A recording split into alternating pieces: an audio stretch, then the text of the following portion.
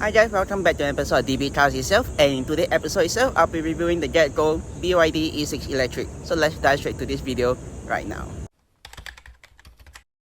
Alright then, so here is guys the BYD E6 Electric itself. So basically, as you guys can see from the front itself, this is an electric vehicle, so hence it doesn't have a grille. So basically I would say this somewhat mimic the front of the grille, the radiator or the cooling. Basically this I would say this is the cooling function of the car, where the air usually would go right in, and like basically this is the air intake of the car itself. Talking about damage wise, there isn't really much damage to the car other than one damage which I can show you guys right here, which is on the driver's side. Other than the damage itself, the car is also quite dusty, so hence you might see some dirt all around the car, and it's really very filthy.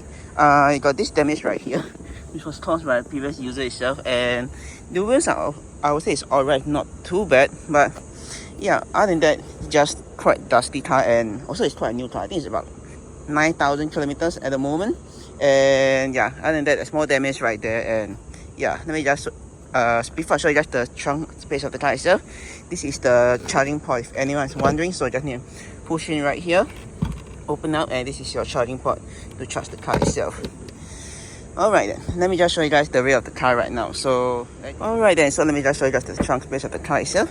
Trunk space of the car itself is enormous itself. So basically just now I brought my family members from my house to here to the airport, and basically this car can literally fit 2 big suitcases and 2 small suitcases itself, and one maybe duffel bag right here. Maybe a small to medium sized duffel bag is able to fit right inside here. One thing you do have to know that this, I would say the car height is quite high, so it's not, I think usually it will be slightly lower than this, but somehow for this BYD is the right height is quite high, so hence you might have some trouble lifting your suitcase or whatever stuff up if it's placed on the ground itself. But moving on, you got some decent space, right? Oh, you got your spare tire and your, basically there's your emergency toolkit right below here, and other than that, really not much to show you guys. But yeah, there isn't really any hook or anything to hook your stuff onto, but yeah, overall just good amount of space to put your stuff in. And also, if you are wondering how to open up and to close it, just need to grab on this thing right here on either side, and the car will close down. But I think it definitely requires 2 hands to close it, because one hand seems to be a trouble. But yeah, and if you're wondering, the button to open the trunk is right there, right beside the reversing camera itself. So yeah, to close it just quite simple. Yeah, that's how you close the trunk of the BYD E6 itself.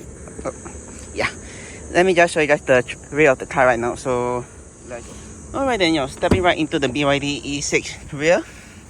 The rear space is definitely enormous, as you guys can see from the space right here. So basically this is my regular driving position right here, and judging from the space, as you guys can see, the space of the car is enormous, and I don't even have to say how much legroom I have for the rear of the car itself. It's very, very spacious, and I think our our taxi companies do have some of them in the fleet right now. So previously I rode one in for the first time, and I was shocked to find the enormous or the generous leg space you have for this car itself. So yeah, headroom wise, I really don't have to complain as well, because it is also very, very generous of the headroom and the legroom itself. Moving on, you got this rear AC vent right here, which is only one, which you could adjust it accordingly. You also got this very nice silhouette of the car right here, which say build the silhouette of the BYD E6 itself, and the definition behind BYD is basically to build your dreams. And you got some Type A port, if I'm not wrong, right down below on the carpets right there. Other than that, let me just show you guys the cubby space for the car itself. You got some space right here. Basically just got this space right here to put your drinks, and yeah, nothing really much you can put below here, because the speaker is right below here itself. Same goes for the other side as well. Moving on to the top right here, you got a grab handle right here to hold yourself in. You also got this very nice coat hook on either side of the passenger and the rear passenger and rear driver side itself. And yeah, unfortunately don't really have an armrest to put your arm, to rest your arm on it, and there isn't any cup holders other than the only cup holder you have would be to put it right here itself, on either side of the door itself. Other than that, let's move on to the next part of the rear of the car itself. You got this button right here, which is the light controls. So the light control, just press it to turn on both the light itself, turn off the same thing. If you press this, this will light when you open the car doors itself. So there it is. When you close, it will turn off, it will shut off the light itself. So yeah, if not, you can just turn off manually as well. Other than that, then it's all for the rear of the car itself. For the passenger sitting in third row isn't a problem at all, because the leg space is it is very generous, and if I'm not wrong, 3 full-grown size adult can perfectly sit right here itself. So yeah. Other than that, let me guys show you guys the driver seat right now. So let go. And stepping right out of getting out of the car also shouldn't be a problem, because the door open quite big itself. So getting out in and out shouldn't be a problem as well. Alright then, now let me just show you guys the front of the car itself. If you guys do have the key itself, if I'm not wrong, this should be the keyless entry for the car itself. But if not, you can just open the car door manually and get in. So yeah, let me just show you guys the interior of this the storage space for the front of the car right now. So storage space of the car itself, you got this very nice big storage space right here on the passenger side. You also got more storage space right here on the center console itself. Center console itself, really not much space compared to the storage space which I showed you guys just on the passenger side itself.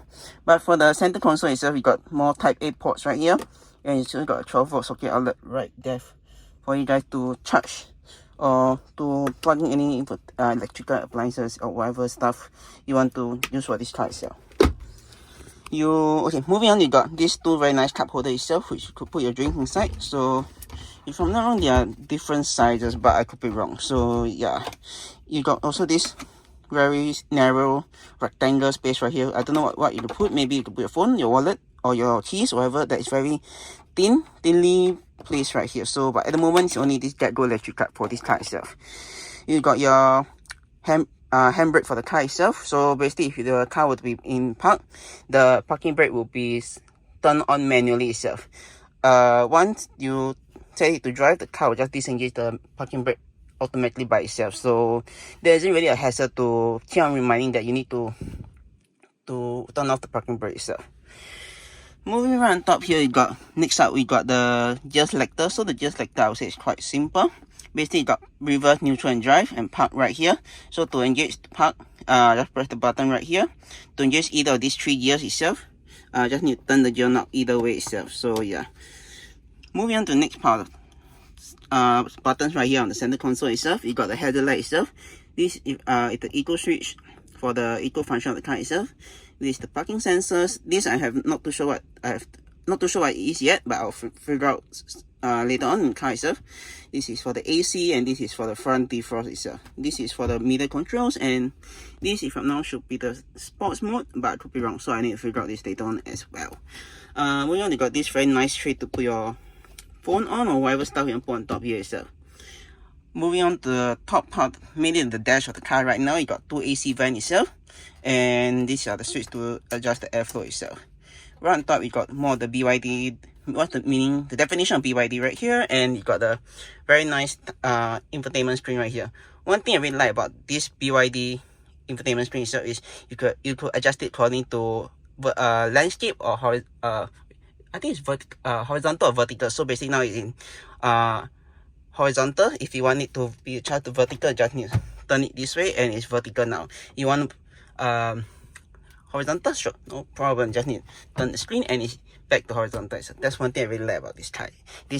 I don't think there's this features implemented in other cars at the moment, but I could be wrong. So yeah, if there is a similar system like this, do let me know in the comment section down right below itself. So yeah, other than that, you got a start stop button right here to turn on the car itself, and you got your indicators and your stocks right here. So basically, the left side will be your indicators and your mirror and your lights control.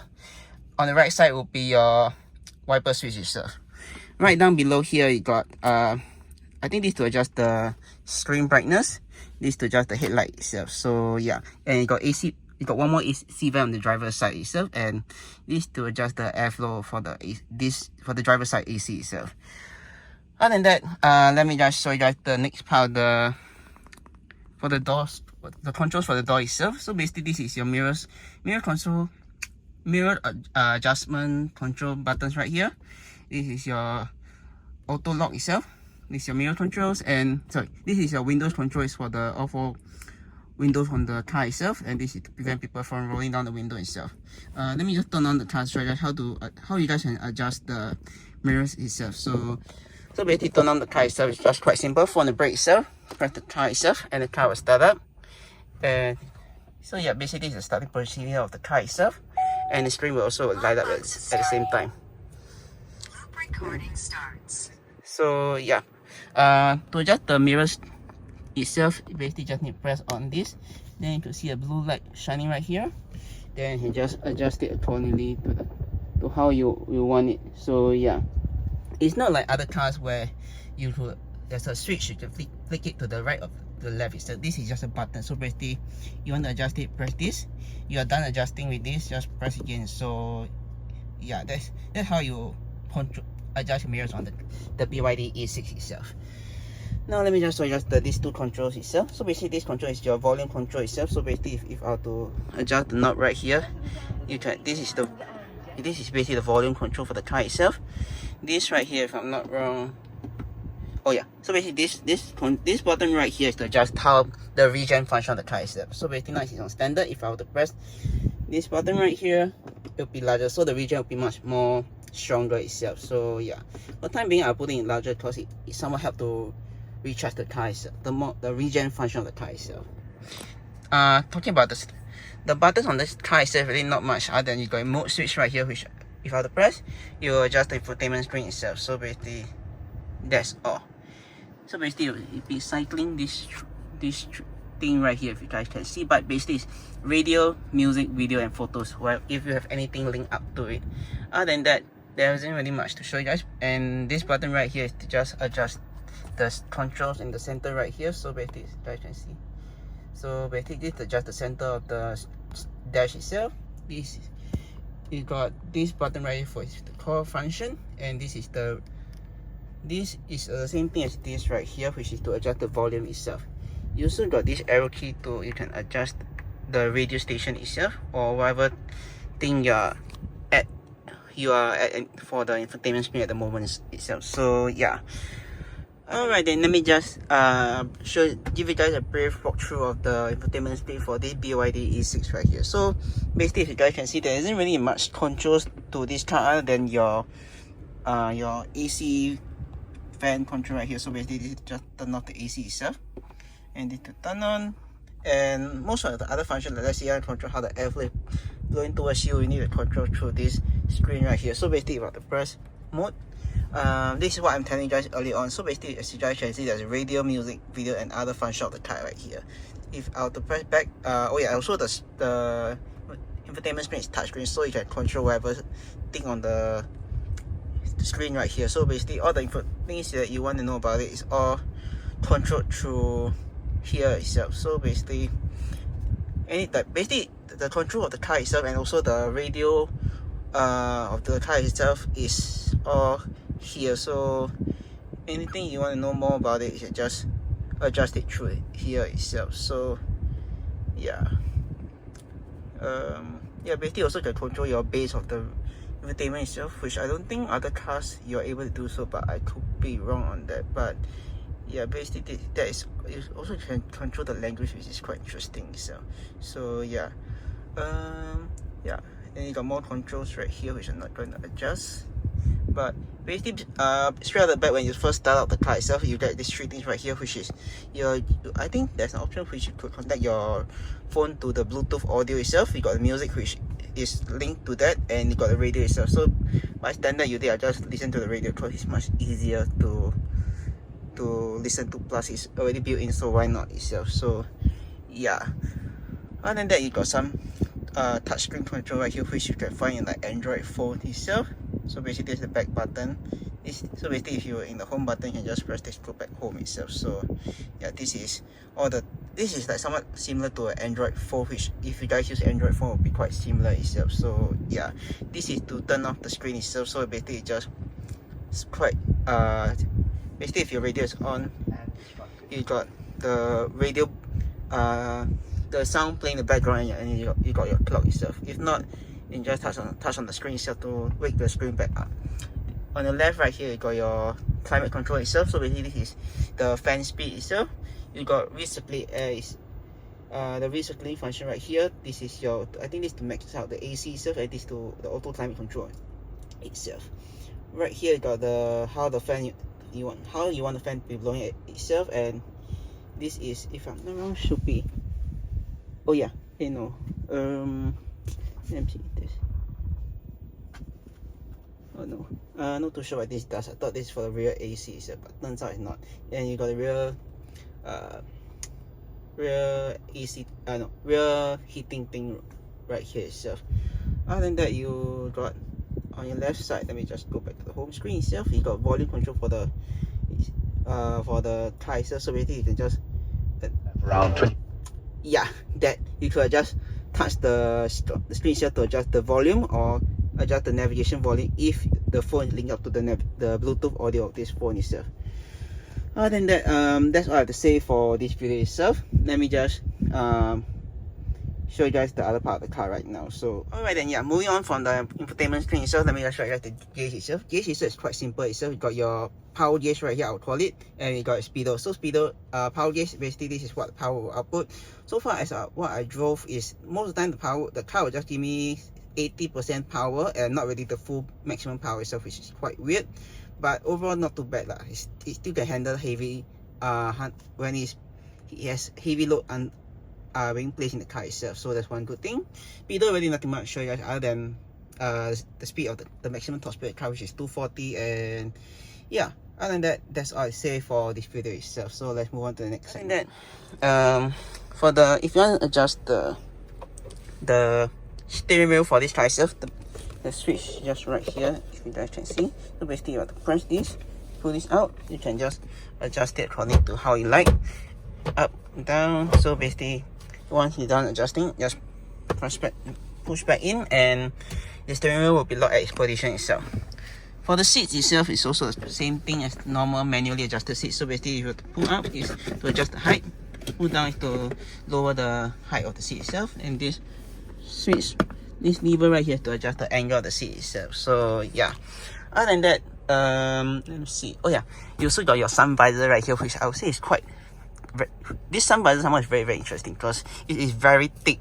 Apart from the usual sun visors that I have seen some of the cars that I rented so far, some other visors that I noticed is they are very thin. This is very thick, which I really like a lot. And you got mirrors right here as your typical sun visor would have in, I think, most of the car itself.